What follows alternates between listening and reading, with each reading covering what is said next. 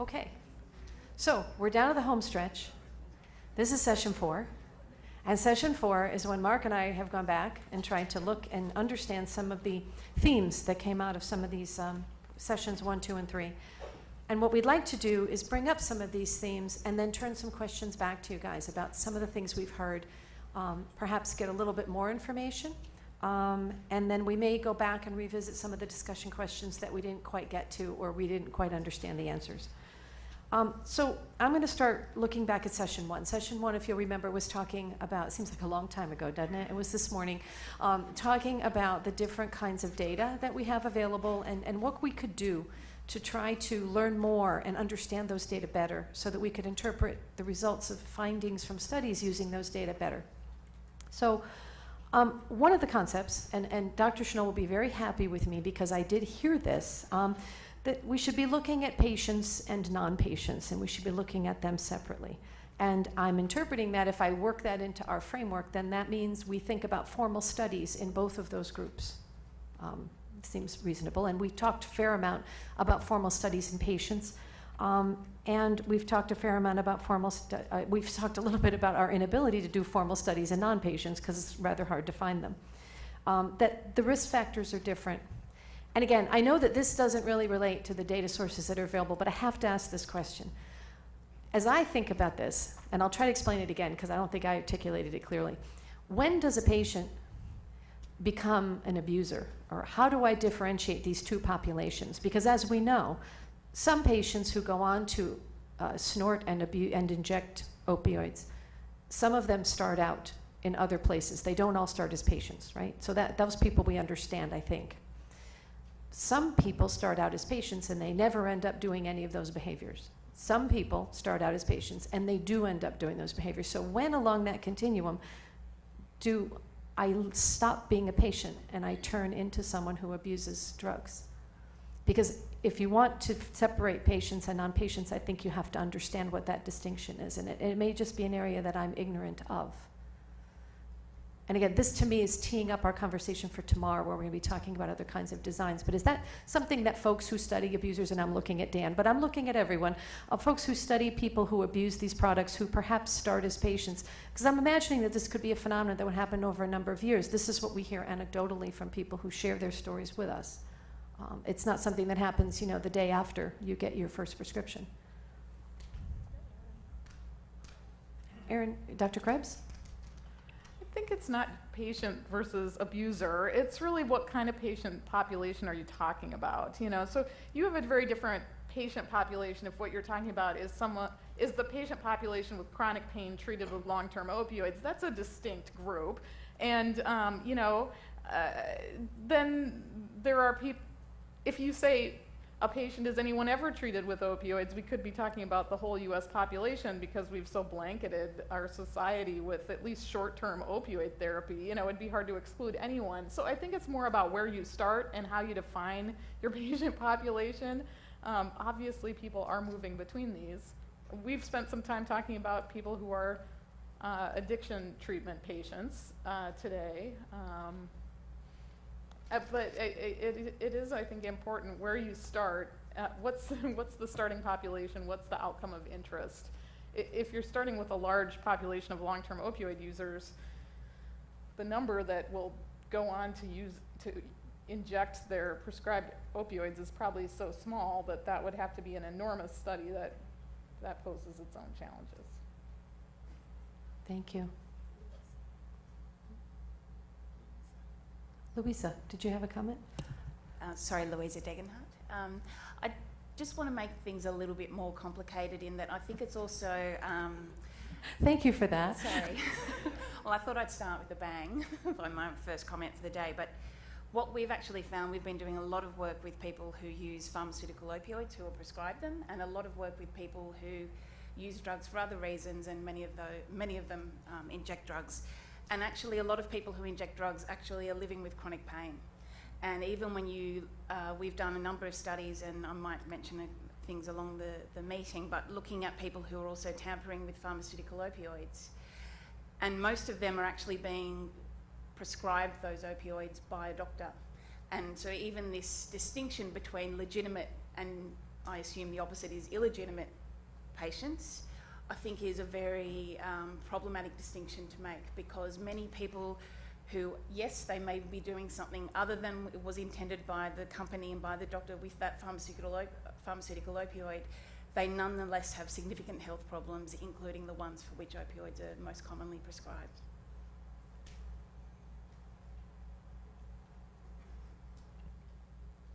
Dan? Thank you, Louisa. That's spot on. I mean, that's, the population is so, and the problems are so intertwined that I would say there is no directionality here. There's no life course. People can fall into dependency pattern from a multitude of ways. And there's a lot of chronic, if not chronic pain, a lot of chronic suffering in the marginalized world of highly addicted folks who are finding, who are looking for relief in any way they can.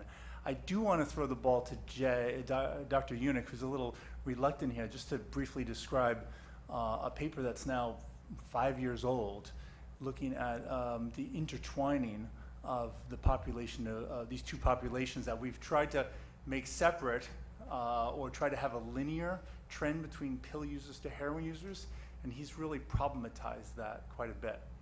So you're gonna pick up the ball, Jay? Yeah, thank you for putting me on the spot. Yeah, so these are not distinct problems, these are intertwined problems. Communities that have high levels of prescription opioid overdoses have corresponding high levels of heroin overdoses, and the vice versa is true. I've recently done a more recent analysis using death data that was with hospitalization data. You find the same thing with death data too. So these, despite the fact that it's difficult to pull apart, I would say you have some advantages in that you have some specific questions around the value of abuse deterrent formulations with regard to injection or snorting. So in that case, that's a pretty discrete event. And if you can find populations that are using drugs like that, then you have some information about that, versus this intertwining of where somebody that's been using opioids and escalating use, I don't know how to distinguish that from addiction after several years. There's not really a there, I don't think.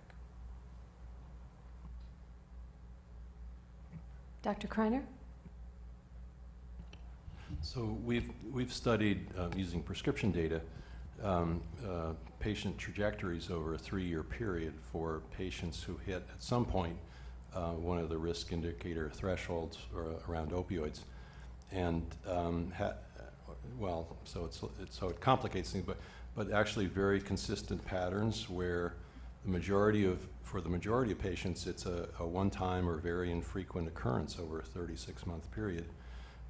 There's another group that's for virtually all of them are hitting the indicator threshold every month over 36 months.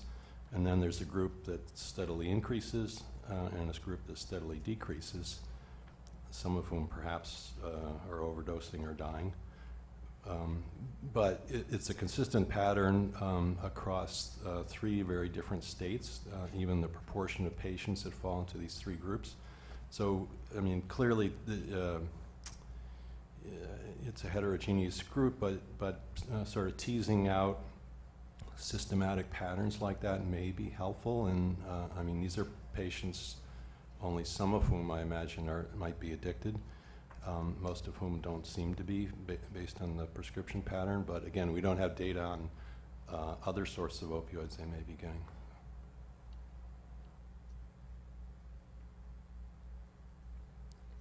Dan, did you have a comment?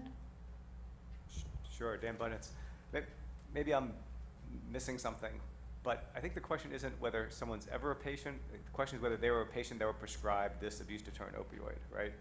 And so it seems like that's a pretty definable population using like insurance company data or some administrative data. You could define that group, and then you have a group of folks that were not prescribed opioid, that particular opioid. So it's not really, are they dependent or abusers, or just a question of were they prescribed this opioid in this time frame, a reasonable time frame before which they had the event of interest, whether it's an ED visit for opioids or whether a self-described abuse, or I don't know exactly how to do that, but I can, imagine an ED visit for an opioid overdose or a death or something like that.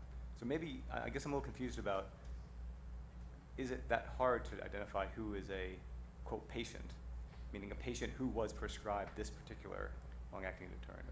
I guess what I was trying to get at was, if I am prescribed an abuse deterrent opioid and I am a patient and I'm being treated for pain and I'm given that opioid, because the premise is that these opioids, these formulations are no different for a patient who is not trying to crush them or snort them or dissolve them and inject them. They're simply taking them for pain. There should be no difference. So my question is, how long do I have to follow that patient? Because some of what we're trying to get at is, if I have that drug in my medicine cabinet, maybe my teenage son who's actually going to try to crush it, not me. Do you follow me? So that's why I'm having a hard time with a linear trajectory from the patient who's prescribed this product down the road to find out how it influences the route of abuse and then the consequences of that route of abuse. This is Dan Buns again. So I think I was just thinking about the patient-level studies, where you follow what happens to that patient once they're prescribed, and then they have to continue to be prescribed until they have that outcome. But then where it's a patient's family member, then I think you're stuck with these ecologic studies. And I don't know if I have another suggestion about that.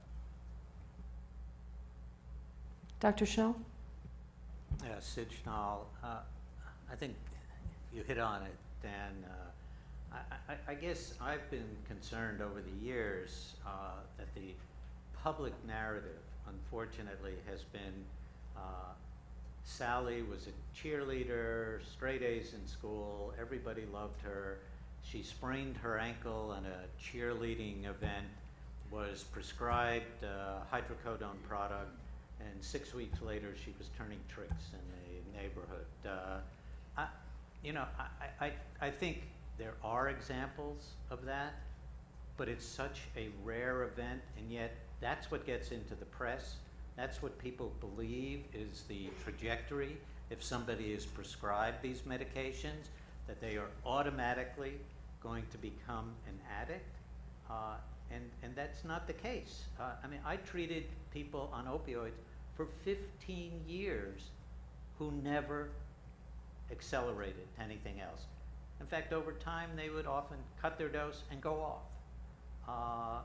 So that narrative is not the reality, but the press likes these anecdotes, and I've been in advisory committee meetings where people have gotten up and shown pictures of their children, and I've been in tears listening to the story. It's horrible. Nobody wants that to happen, but we have to let the data drive what's going on. And again, when we look at it, those are really rare events in terms of people who are prescribed the drug. Now, your story about somebody then going into the medicine cabinet, that has to do with a lot of things. We haven't talked, well, it did come up, the insurance industry a little bit, did come up.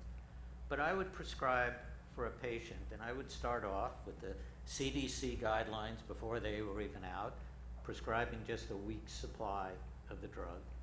And the patients would come back and they'd say, I can get a month's supply of the drug for the same copay. And for a patient who's on fixed income, that's an important event. So if I'm prescribing it once a week, they're paying the same copay every week that they would pay for a month's supply of the medication. These drugs are often, as has been pointed out, in tier 2 or 3, so that it's higher cost. There are lots of problems, and I think we've got to get the insurance industry involved in understanding this. That's why people have extra drug in their cabinet. You know, I paid for it. I'm not going to throw that away. I may need it someday. But we have to talk to people about proper storage, proper disposal. There's a lot that has to be done in a more public narrative that it's not being effectively done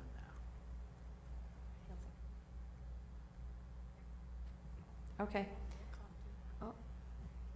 Dr. Compton. Yeah, Wilson Compton. Judy, you brought up a really interesting concept, which was, trying to distinguish patients from non-patients, or two different types of patients. Well, actually, you guys brought that up. I'm just Okay, mirroring it back to you. You mirrored it back to us.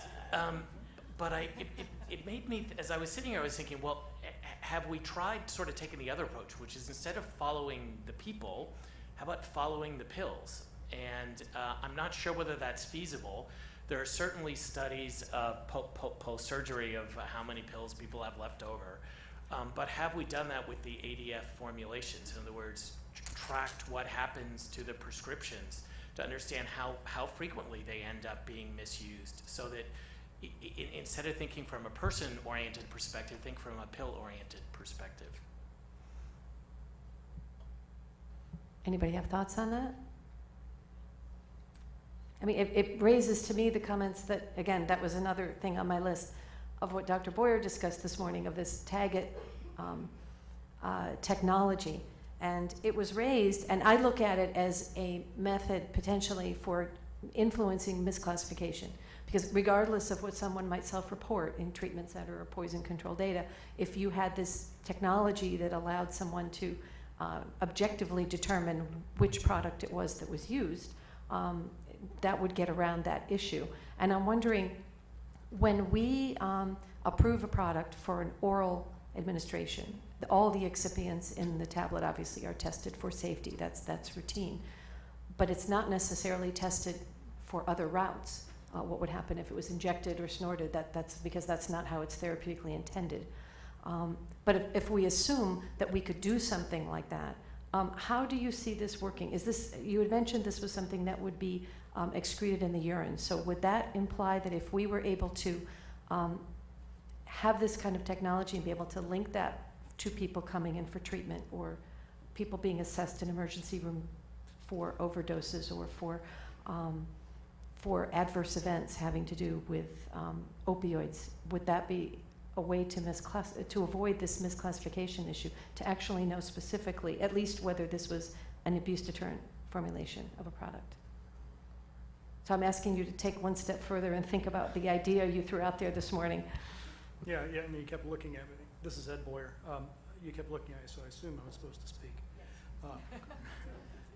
Social cues are intact. So yeah, I mean, conceivably it could. Like the present reality. I mean, what we're doing now is using radio frequency emitter tagged pills, so we know, like, not only when people are taking them and where they're taking them, but also which pill they've taken. So, and then the number of pills. So we can get pretty granular in terms of what people are taking and when, at least. The tagans, I think, for pharmaceuticals is still relatively.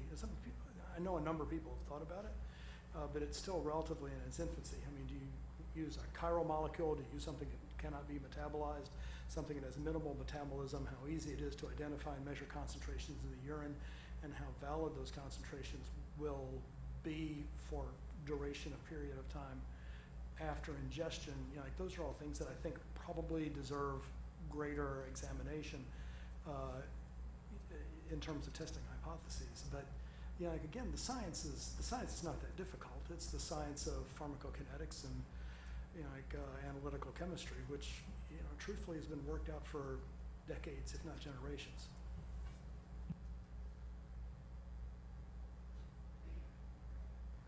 Erin, is that you raising your hand? It is.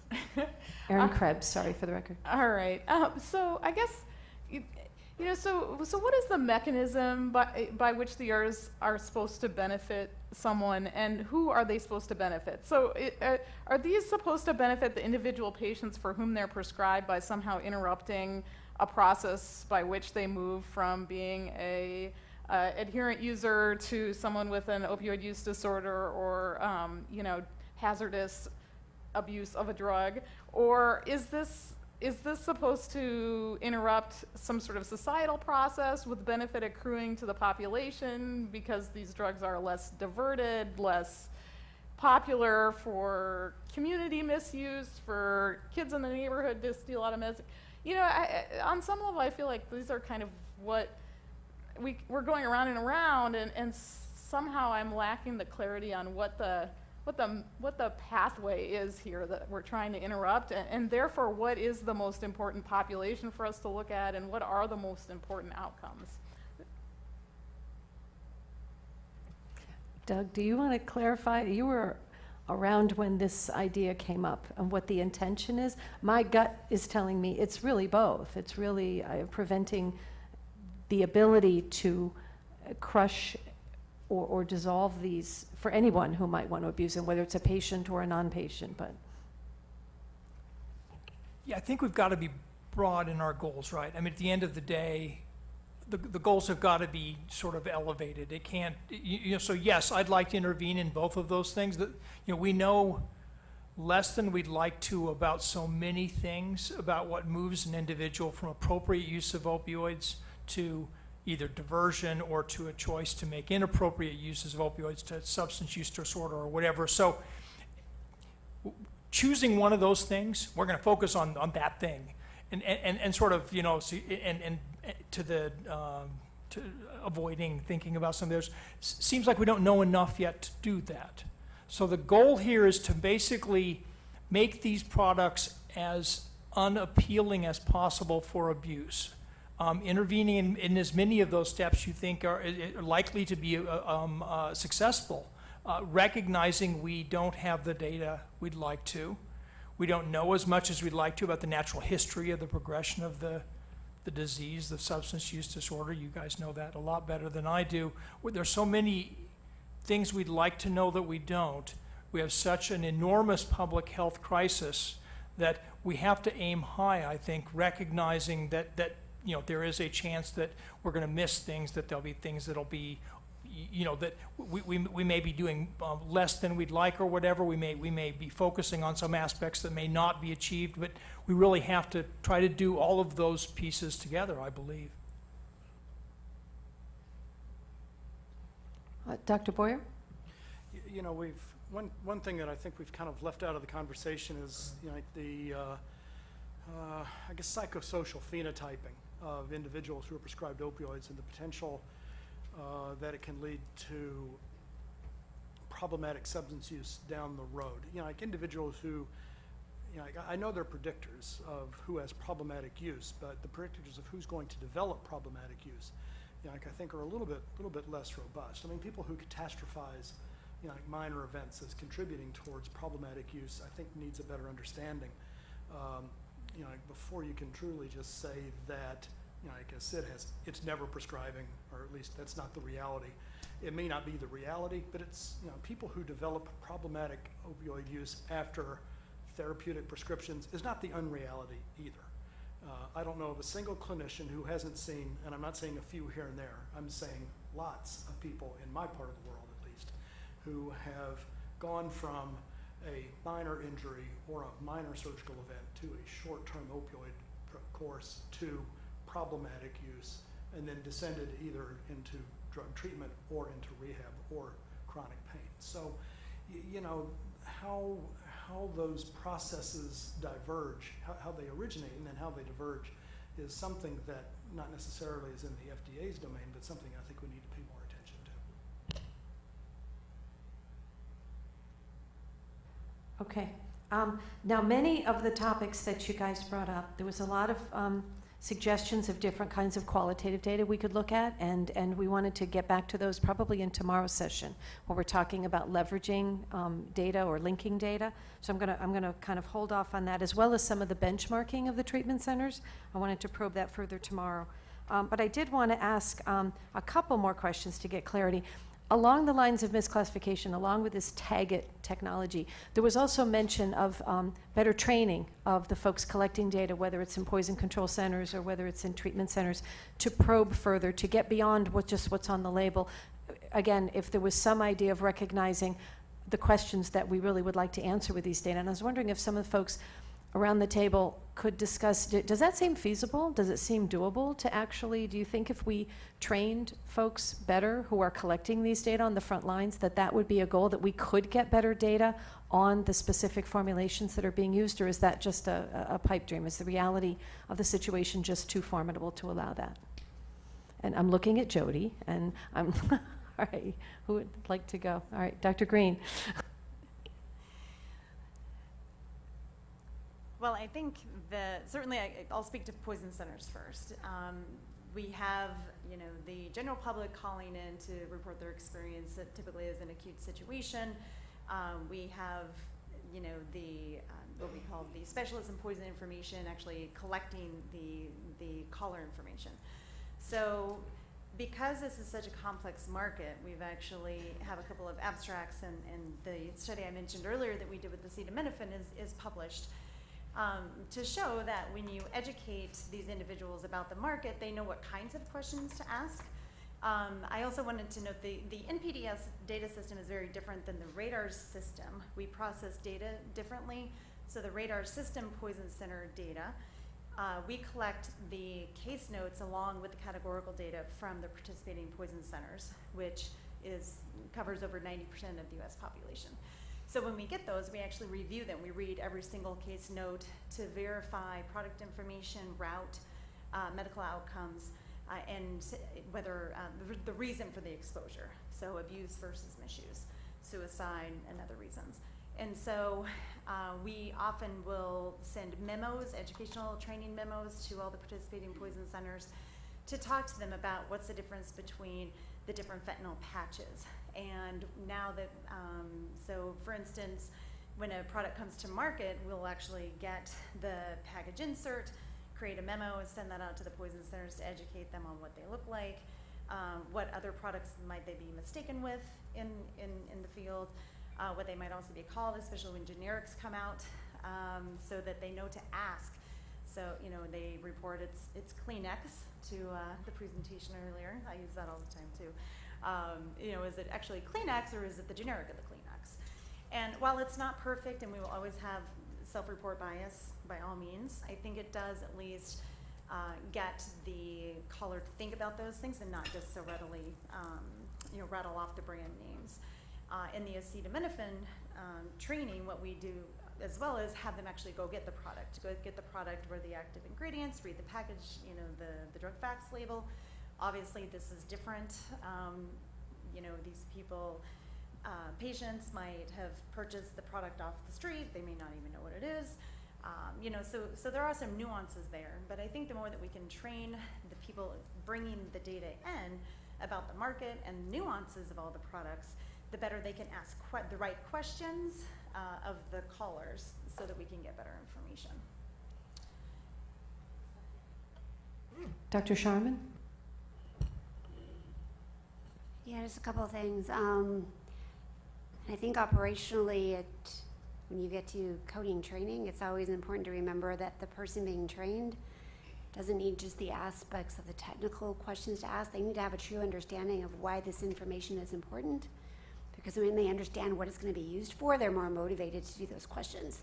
So if you do the actual physical training of which questions to ask without that piece, it's not as effective. I think the key thing we have to remember too is for patients that come into an emergency department setting, for most overdoses, they don't come in with their bottle. Now sometimes they have pills in pockets, and then those are perfect, because you can do a drug ID, you know exactly which one it was. Those are great, but those are rare. So you're stuck with what the patient calls it, which again goes back to what's written on their bottle. And it goes back to what the triage nurse took the history and wrote in the record. And that becomes ex post facto what it is. And so where you really need to drill down is training of the triage nurses in the ER who are originally getting the data. Because otherwise your DON data is going to be incorrect, the poison center data is going to be correct, all the other databases that rely on those hospital records are going to be correct. So you've got to get it down to the lowest level of person who first enters the data in the medical record and train them and get to understand why that's important, or else it just flows through the system. Dr. Boyer? I will never disagree that getting the data is incorrect. I would just point out that the implementation science surrounding getting people to change their practice for information that does not change their immediate clinical practice is going to be extraordinarily difficult to do. Industry standards before we had the wonders of the EHR were that an emergency physician had 10 minutes to see a patient, get a history, do a physical, do all the documentation, and arrange for a disposition. If I'm a practicing doc in a pit someplace, I just want to know, do I give naloxone, do I give more naloxone? I don't care if it's going to be a particular formulation, one versus with the other, no matter how much training you've decided to give me. If I've got a cardiac arrest coming in, I'm going to pivot my turret towards the cardiac arrest, and the information on whether or not it's like an extended release, immediate release, or a deterrent resistant formulation is going to be irrelevant to me. So can you get the data? Yeah, absolutely. Is getting the correct data important? Absolutely. It's not going to happen under a current emergency department structure, particularly one that is being threatened with declining reimbursements from CMS, who, as they say, well, we're not going to pay for non-emergency care. I don't know that a priori, so I'm going to turn over as many patients as I can per hour just to protect my income, because I eat what I treat. Thank you. Ms. Cassidy? I just wanted to respond to your question about whether coder training would be, improve the identification of these products in treatment center data. At least in the treatment center data that we work with, the NaviPro data, it probably wouldn't be a significant factor because those data self-report. They're collected by the self-report of the individuals coming into treatment and identifying through the images in the questions that they're asked in the assessment what specific products they take, what specific routes of abuse that they have. But with that said, I think as we're talking about the issue of misidentification of particular products and misclassification, some of that exists in all systems, and we could probably work to improve what how we're asking the questions and what questions we're asking. Also, maybe doing some types of studies about. So even within the treatment context, there is a variety. Not all abuses are alike. These are folks who are coming in who are injectors and use heroin versus folks who have been sort of come in through maybe a drug court system and they had a DUI, but maybe are less experienced. Maybe the level of misclassification is different among these different subgroups of abusers, and we could do some types of pilot studies to try and look at those individuals separately in treatment and understand better how that identification happens. And we'd certainly be open to collaborating, partnering with folks who have ideas around that to help improve the data collection. Dan Budnitz. I was just going to add the comment that whether it's a patient self-report of these abuse deterrent formulations or the poison center consultant, or whether it's the ED doc, something that to get the quote, right drug, just make it as easy as possible to identify that right drug. And then there are issues, of course, with branding, but if there are standards in packaging or like unit dose packaging or labeling that make it easy and obvious that this is an abuse deterrent formulation, that can assist all those folks along the way in correct reporting. And it will take time, but then people recognize as EPAC now. And maybe are more likely to identify it as a Z-Pack if it is in that packaging, for example. And Dr. McClure? Just one added comment. With the collection of the data for prescribed pharmaceuticals, you can get the information on that. If it's clandestine or illicit, all bets are going to be off in terms of identifying really what truly is. On the street, there's all kinds of names for oxy, hydro, and it may not even be that. And, for instance, spice, we've been through 5 generations of core-based molecules over time, and it's still coming. They're not all the same on there. So you're going to get a lot of noise with the illicit, clandestine materials.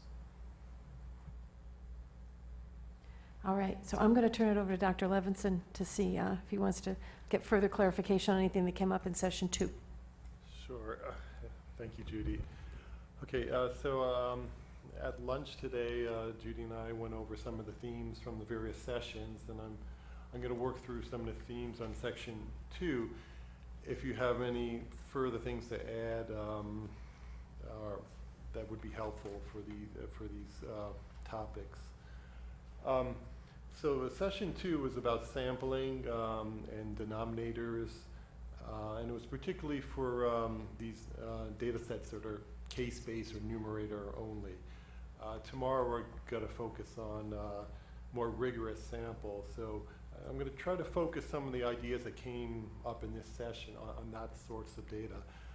So first I'd like to start with something maybe Dr. Novak brought up, the quota sampling, the network sampling, or methods that you can use that are outside of traditional sampling methods. Do you have anything more to add to that? I mean, you may not, but if you can elaborate on some of those ideas and give us a flavor of what they're like or how they might be useful.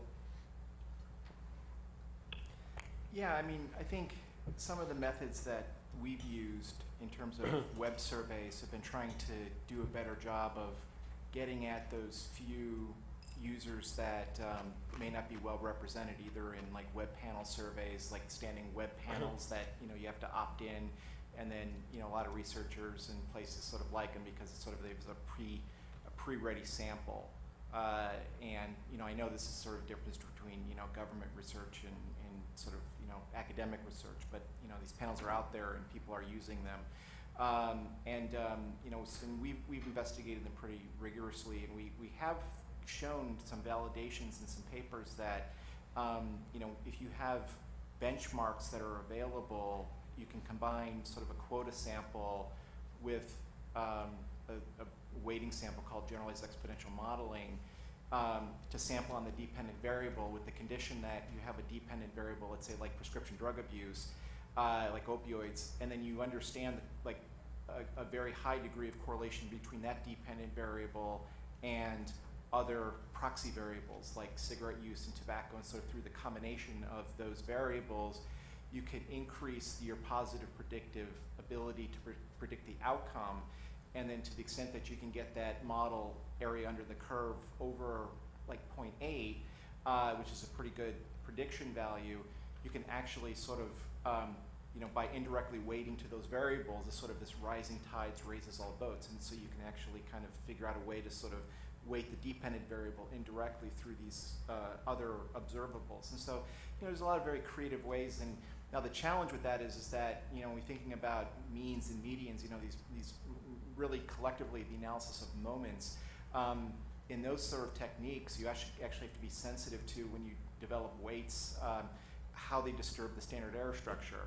And so in that case, like our studies, we've shown that we've been able to actually gain some precision in the point estimates of the means, but your standard errors are still pretty wide. So then when you start thinking about, okay, comparative effectiveness studies, what's the difference between the prevalence of this ADF, and you have a point estimate of a mean or prevalence, and then you have a standard error on there, it gives you sort of an acceptable range. But then we start thinking about, okay, well, how do I compare this to another product, a comparator product, and does the ADF confer differential risk compared to some other non-ADF product?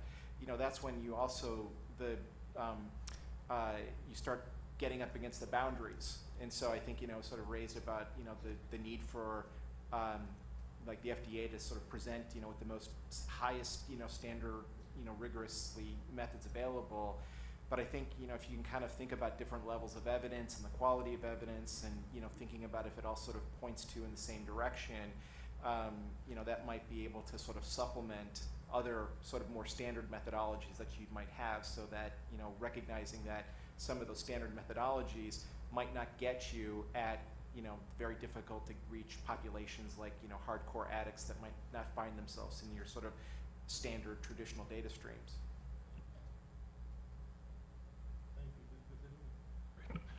Thank you. Does anyone else have anything to add on making use of non-random samples? Sorry.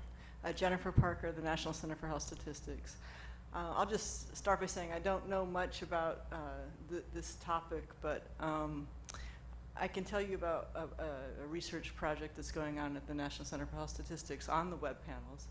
We are testing whether we can augment some of our prevalence estimates from, say, the National Health Interview Survey with data from some web samples. And we're doing that by trying to calibrate the web data from one of those opt-in panels to our National Health Interview Survey. And we have a group of highly trained mass stats, and they're optimistic that it will work for some things. It doesn't work for everything. We don't really know why it works for some and why it doesn't work for others. We haven't gotten that far. We don't have good variance estimates, so we don't know how good what we're getting is going to work. I don't know,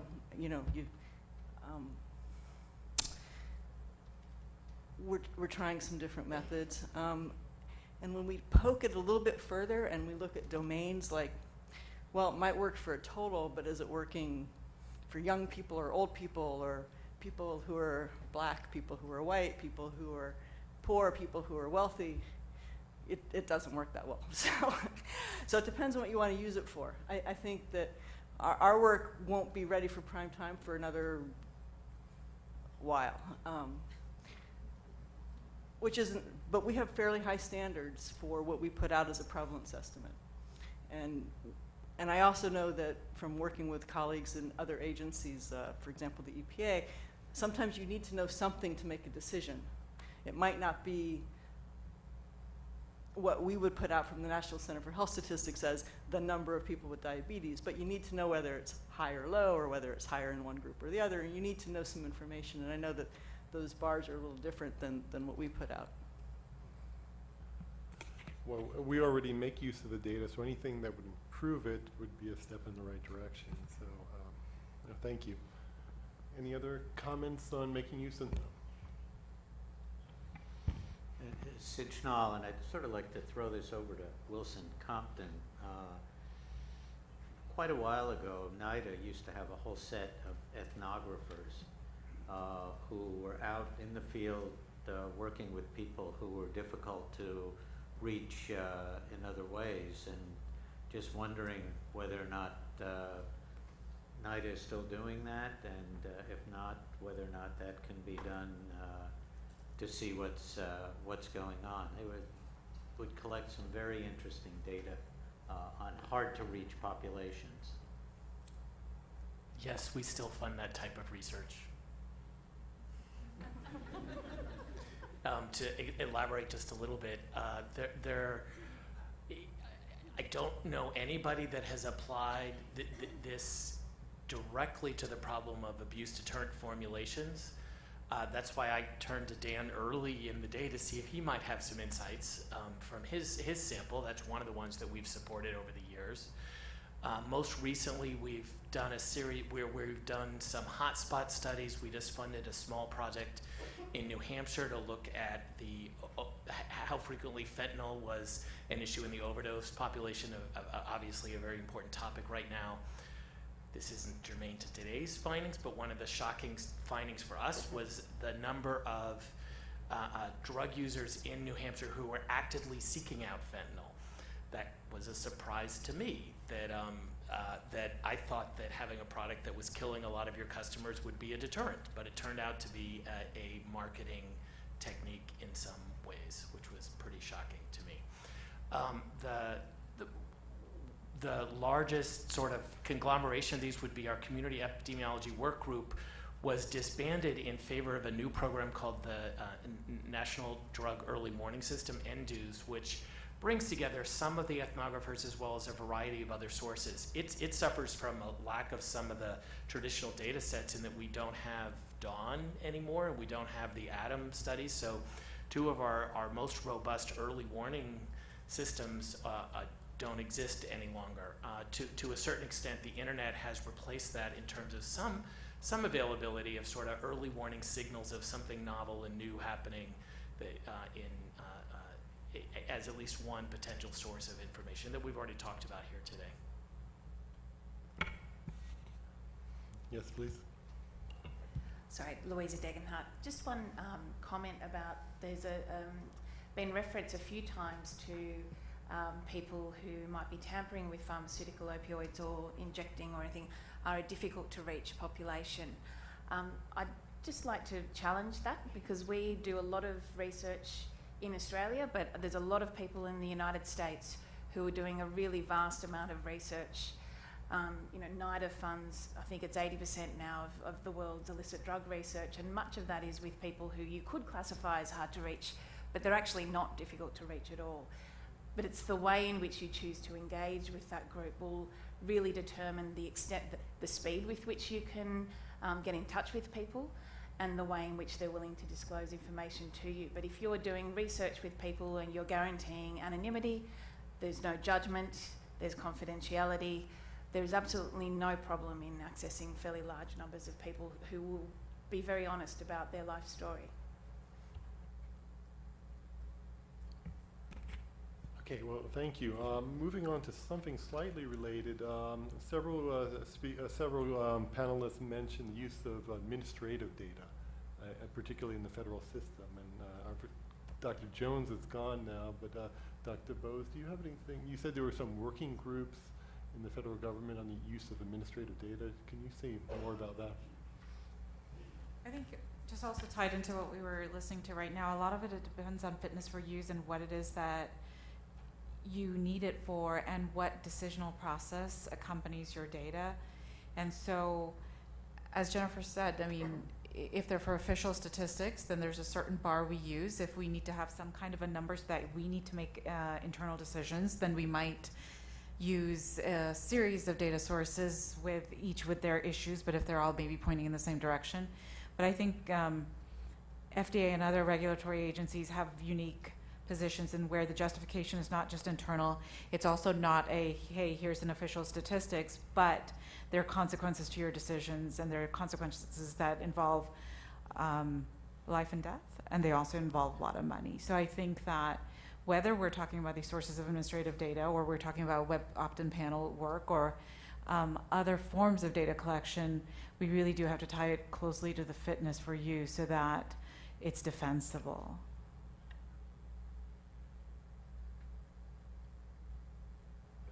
Thank you. And any other thoughts on use of administrative data? I know Dr. Jones had something to say about it, but he's not here now. Oh, sorry. I was just going to say, and we're members of the HHS Data Right. Council, and so at some point, if we want to come up with ways of what are, you know, how do we use administrative records? Are there specific concerns that FDA has that need to get that other HHS agencies have also dealt with? Then it becomes a resource to kind of talk about, and their HHS, the HHS Data Council at this moment is going through, I wouldn't call it a reorganization, but a process through which we're kind of trying to focus our purpose and mission, and what do we focus on in the long term, what do we try to do in the short term. There's staff at NCHS who are also involved in this, Renee, and so I think it's a resource because we're collectively dealing with some of these issues, especially as survey expenses go up. Okay. Yes, please. Yeah, I think that you know, to the degree that what your questions are, administrative data may be helpful. If you're interested in drug utilization, if you're interested in certain outcomes, perhaps amongst certain subgroups, people with pre-existing chronic liver disease, chronic viral hepatitis, looking at outcomes of death or validated overdose amongst different drugs, that may be helpful. So it really depends on the use of the administrative claims data may depend on the questions that you're interested in. Okay, thank you. Anyone else on that topic? Okay, and now perhaps a more kind of epidemiological question or topic.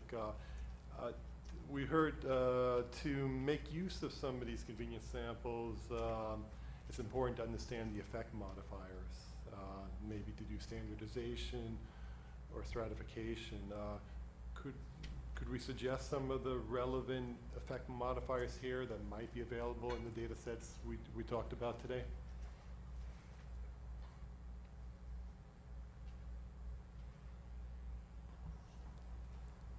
I can take a shot, but I think you mentioned it as well. But I mean, thinking on the treatment centers, so we know there's public versus private. There are treatment centers that have large criminal justice referral inputs. We know whether a treatment center takes Medicaid or not. I mean, these are all characteristics that could be collected on the treatment centers, and maybe it wouldn't have to be something that we burden the treatment center administrators with every month, but maybe once or twice a year, we could collect that information. And that, you know, if we're talking about trying to understand the sampling of each of the treatment centers and what's a reliable sample and which treatment centers are more like each other, those are just a few that come to mind. Whether they're tied to an inpatient facility, whether, you know, which treatment modalities they use. You know, I think there's quite a few that we could come up with. Thank you. Dr. Novak? I hate going after NAB because everything is very, well laid out. I guess one important thing we really haven't talked about is the rural-urban difference, and we did talk a little bit about some of the environmental effects, but, the rural areas, and especially in Appalachia, have just been crushed by the opioid epidemic, no pun intended, I guess. So anyway, just thinking about also, and I like the way NAB did it, sort of laying it out the micro level issues, patient versus non-patient status, and then sort of moving on up to the macro and the environment. Dr. Winterstein? There may also really be an empirical approach to look at that, and I can imagine two. One would be, we heard already that there are differences among different treatment centers, so which means that if there were an analysis done of differences, variation among treatment centers, and just get the information that those treatment centers have reported about their patients to see to what extent those variables can explain that variation, that might be helpful. And that could be, coexisting comorbidities, that could be age, that could be race, that could be geographic location, that could be whatever. I mean, I'm sure there's a good number of data there. The other comparison, also empirical, that I could think of would be if there is some national data on utilization pattern on prescription opioids and illicit drugs for that matter, and to look at that distribution and compare that to the distribution of what is described in treatment centers, and again try to see whether differences in patient demographics, comorbidities, and so on can help explain those differences in both instances. That would perhaps propose a few ideas and a few effect modifiers. Thank you. Dr. Ray? I guess one of the other thoughts, we just thinking about things that may potentiate the effects of the drug, so maybe polypharmacy, drug-drug interactions, co-administration of certain drugs that may exacerbate effects, maybe chronic liver disease, failure of metabolism. Oftentimes patients who are with chronic liver disease may not necessarily be included in these studies, so just other things to think of.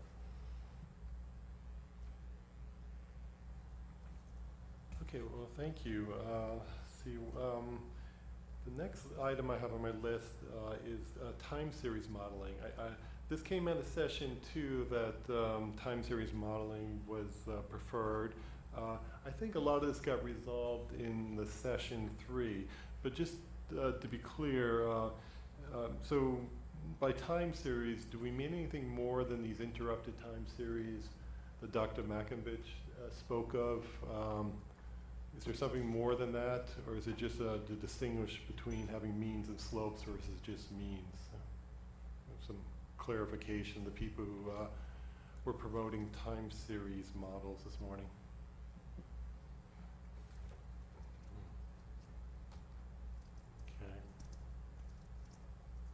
I think you need to clarify your question. Are Okay. you specifically asking about the statistical approach to fitting regression lines for time series? Well, or no, not necessarily the approach. What did you have in mind when you suggested time series models as opposed to before and after models? Is it just these interrupted time series, or is there something more you were thinking about?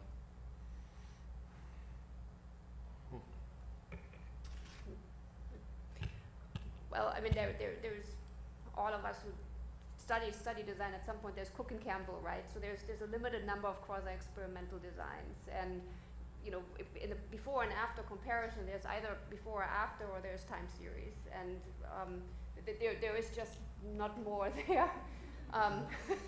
So, so I mean, the distinct difference is that in the time series, I can model trends and I can incorporate trends, while in the pre-post I cannot. That is the major difference. There certainly are approaches in time series that try to optimize the number of time points versus the precision around each time point. And I think that's kind of the issue here, you know, right? So number one, how often do I have repeated measures at all? I don't know how that data is ascertained. And poison control centers, obviously on a daily basis, but I don't know how the treatment center analysis and how the data collection is done there. So that's one part. You know, how much data do I have, how often, and how small can I make that time increment so that I have lines that I can fit data through. Okay, but you're suggesting some sort of parametric functions before and after. I mean, there are non-parametric time series models too, but it's yeah, and I mean but that's a matter of how to fit a regression line, right? That's whatever the data tolerates best, right? I think I understand what you had in mind. Okay, thanks. Okay. Dr. Graybar? Just make one point about time serial data. I think it's important, this is a general point, and I know FDA knows this from their clinical trials, but it's so easy to abuse that kind of data in the sense that you have so many choices you can make. And it'd be useful to have some sort of protocol or some sort of guideline before looking at the data, what you plan to do with it. Because some people will say, well, if I cut the time series off here and I only go out this far on the right, I'll get this answer. I like that answer the best, you know, because it shows the most, the largest effect I'm looking for. Statisticians usually like to use all the data that they have available to them, unless there's a reason not to. And so I just a general word of warning, the types. You know, you go through great efforts to write protocols for randomized clinical trials. You might consider similar types of guidelines for actually doing these kinds of analyses, particularly time series. Yeah, no, well, I'll let the panel and Memla speak, please. Louisa Degenhardt, I completely agree, particularly in the case when often and I'll declare it myself, we've received untied educational grants from pharmaceutical companies to undertake post-marketing surveillance. I think it's even more crucial that you publish the protocol before you do the study than it is in randomized controlled trials where you might go through an NIH or a similar process. So I think it's really, really important that all of these studies are registered. It's easy. You don't have to get it published in a journal. It's very easy to get them registered online, particularly when there is some level of involvement, either direct or indirect, of a pharmaceutical company who has a real interest in the study findings. Sure. I'll make a few comments on both those points. So, first, we have witnessed when different models will give you different answers. So we've observed that in fact. And we do insist that when we ask for these studies to be conducted, that protocols and statistical analysis plans are submitted first before the study commences, and we review those. So everything is pre-specified. So we're careful about that. But that's for the drug companies, right? You're talking about. That's correct. Yes. Yeah. How about for your own analysis? For the types of things that you're planning to do. Yeah. Right. Well, I have to say most of the analyses are done by the drug companies.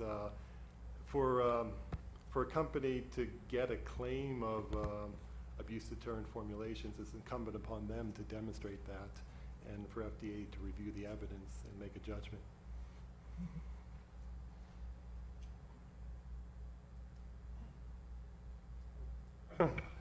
Okay, that was a time series. And the last thing I have, I think there might be some discussion around this, is utilization. We heard some comments that simple denominators are not appropriate, that more complicated models might be a better way to handle utilization. And on a similar topic, we heard that the sort of market picture is important, like what the alternatives are, how much market penetration a drug has. So I'd like to discuss this a little further, if there's anything else to add on utilization metrics and making use of sort of the market picture when it comes to an individual formulation. So if anyone has any further comments to add on this, we would appreciate it.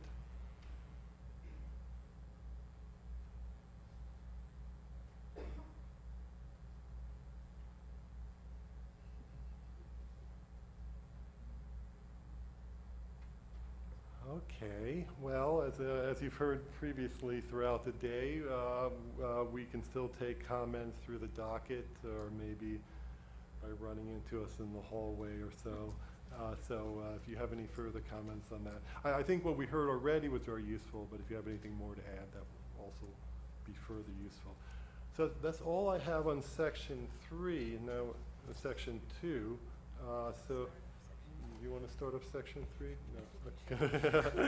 Okay, section 3. Now, because this just happened, my notes are a little less organized here. I'll start with a question I did ask during the session. You know, I agree that these propensity score modeling approaches, matching on individual patients, is very potentially very useful. I'm a little concerned of how we would make use of them in the numerator-only data. Could that be done? Is there any sort of matching? Would matching be helpful when you only have the cases and not the overall exposure? Are there any models that will that could do this? I'm not sure that's clear, but if anyone has anything to add about how we might make use of propensity score matching for numerator-only data, that would be helpful. Dr. Winterstein? Well, by definition, and propensity score is an exposure propensity score in the context of how we have used it, and you wouldn't have that. And you know, in numerator-only data, unless you make inferences about the underlying population, which brings us back to the whole effect modification story, right? But otherwise, that exposure portion. You still have cases that are exposed to different drugs, so there is a potential for matching, but only on the cases, not Right. not on the unexposed. Right. Yeah. Yeah.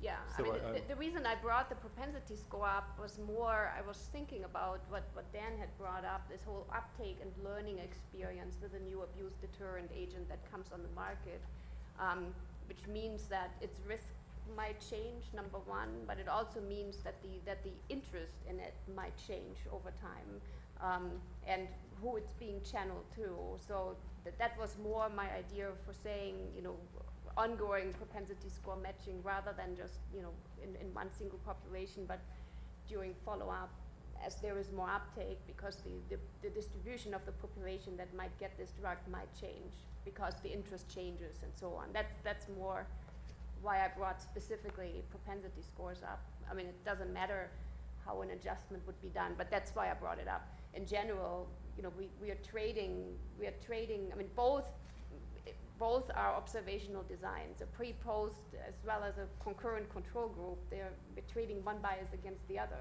right?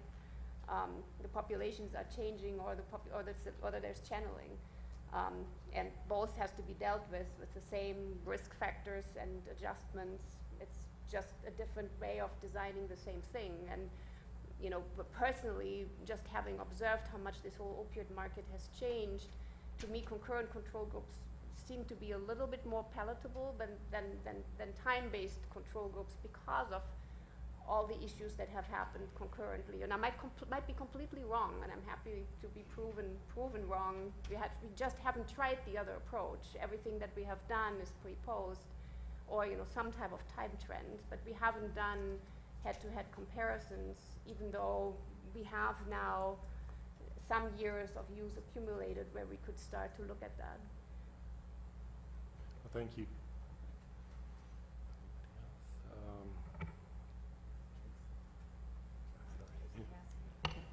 Thanks, Teresa Cassidy. And this might not be directly related to the conversation about the propensity scoring, but I think as we're thinking about enumerated data and how to think about that and its representativeness. I think that one thing that we're circling around in some ways is that you could standardize that data to a standard population.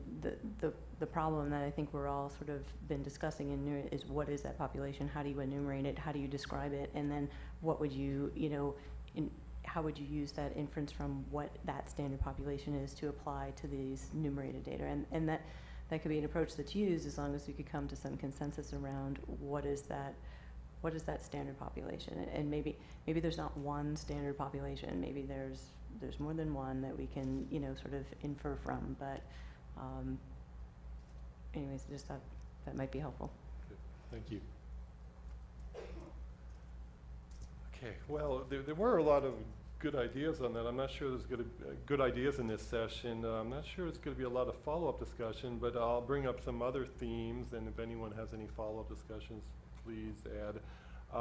There was the idea of using a pool of comparators instead of a single comparator, a pool that will sort of represent a similar risk. Does anyone have any further thoughts on that? I mean, I said I think we all recognize it's a good idea, and there may not be further thoughts, but if anyone has any ideas they'd like to add to that, please jump in.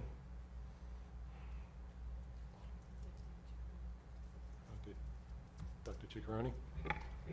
Dan Ciccaroni. I'm just going to bring in a parallel from economics, and that is economists use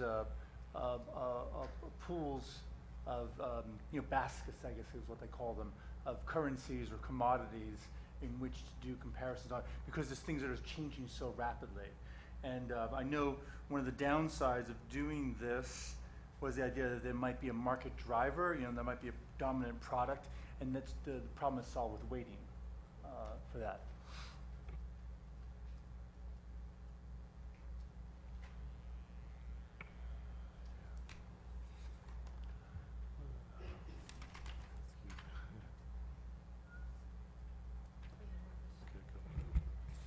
I had one question. I don't even know who brought this point up, so I can't provoke you, but I'm going to throw it out. Someone had suggested looking at, rather than try to separate the effects of different abuse deterrent formulations, to try to look at them as a group. And knowing that they don't all have the same mechanism for deterring abuse, and they don't all deter the same routes of abuse. Some are solely injections, some are nasal, some are both. I'm wondering whether folks can expand, or whoever had that thought might give a little more detail to it of what we're thinking there and what we might come away with. That certainly, I could see the strategy in terms of numbers. It's certainly, if that was our group of interest, were all abuse deterrent formulations, and we were looking. But anybody remember saying that, or did I hallucinate it?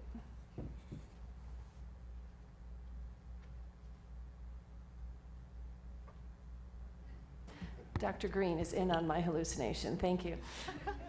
Well, I wouldn't go that far, but I think that's certainly a group that we've had discussions about, and then it becomes, is it a non-inferiority or an equivalent study? Because you have a comparator, but then what is your anticipated comparison? Is it that it's no different than all the other ADFs? And so I think to someone else's point on that side of the table was that, is it that you really don't want to be different than any other ADF in whatever group it is, knowing that it has to be route specific because the labeling is route specific. But I think there is some utility in looking at that based upon, as you mentioned, the low market share that we're going to struggle with for a long time.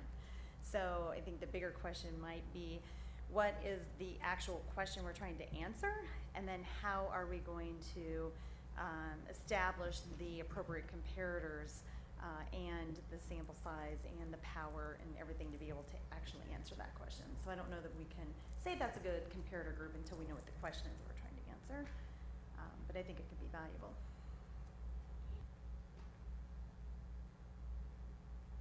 Dr. Schnall? Sid Schnall, and maybe Jody or Terry can answer this, but what is the feasibility of getting data on a competitor's product looking at this? I know there are some issues around that, so in selecting a comparator, how easy would it be to know what's going on with your competitor's product? Gee, thanks, Sid. Well, in the radar system, because we have many subscribers that are many different companies, we do not provide a competitor's product-specific information to a company. In the rare instance, we've had a situation where two companies can agree to share mutually back and forth the product-specific information, but otherwise, it gets a little sticky and complicated, and I don't think necessarily that it's a feasible solution for all the studies coming up. And I just want to add to that. I think that we've experienced some similar approaches as the radar system in terms of sharing data across companies. There's been, it's been a mutual agreement. It's sort of been the past. I do think that we're at a bit of a crossroads where, there's more of these products coming on the market, and, we're talking about this issue of the comparator and what's the appropriate one, and it's sort of, the options start to dwindle. At the risk of, maybe poking a hornet's nest, this is sort of a pharma company, in some respects, it's a pharma company imposed rule on us who collect data, because we collect all of the data, so we have that available. Certainly, it's something we could probably discuss and talk about how we could move forward and look at those things. But I think that's why the drug groupings can be very valuable. I mean, you still have, multiple products in, say, an ER morphine space or just an ER hydrocodone space, and you can still group those as comparators. So if I have a new hydrocodone ER product, I can still compare that to all the other ER hydrocodone products. It doesn't necessarily need to be a head-to-head to one branded product to another. So I wanted to be clear that we still do the groupings, just not at the product-specific brand level. And just to follow on that, I think you raised a good point earlier. It's like, what's the question we're trying to answer? Are we trying to answer whether this technology is better than that technology? When we're stacking up different products against each other, I think that we really still need to consider what's the actual objective and what's the question we're trying to answer. Well, I think right now the question we're trying to answer is, do these abuse deterrent formulations work better than non-abuse deterrent formulations? But the concept behind a meaningful reduction will change over time. And as we find products that deter abuse, and then there's improvement on different products that might deter abuse better, then you can see where meaningful reduction may end up with comparisons between products. Does this deter better than that? Because then we always run into the regulatory question of, if this deters better than that, do we still need that? And Judy, if I can, this is Jody Green. With all due respect, I think that's going to be a long way down the road, and we should learn a lot in just trying to figure out if these ADFs, I guess first generation, whatever you want to call them, if we can establish methodology now in terms of just evaluating the current ADFs, and then phase 2, we'll learn a lot, I think, once we get there. And then phase 2, I think we'll definitely be deciding, looking at the different technologies and whatnot. But honestly, until we have an all ADF or close to all ADF market, I think that's going to be a real challenge. And then how can you say that one ADF might be a little bit better than the other ADF, but are they both still better than no ADF? So I think that relativeness will be interesting when we get there, maybe in our lifetime. But this first phase, I think, should tell us a lot. Other comments? People want to? Yes, Louisa? Sorry, just a quick comment. It's a bit of a different study design, but in the cohort study that we did as part of our study, we actually gave a very detailed assessment to people who were tampering with pharmaceutical opioids for every opioid type, the brand name of that, the dose that they were taking, what route they were taking it by, were they prescribed that non-tampered or tampered with dose of that particular opioid, or were they getting it from diverted sources? And we got that for every single pharmaceutical opioid, plus all of the benzodiazepines, and then we got all of their illicit drug use. So it is quite possible to do specific focus studies that get that level of detail, including how, so we knew which dose of which opioid was being tampered with versus not for all of the opioids. You can get that pretty readily. Thank you. Other comments? We'll be getting back to you tomorrow when we get into our session about patient level designs.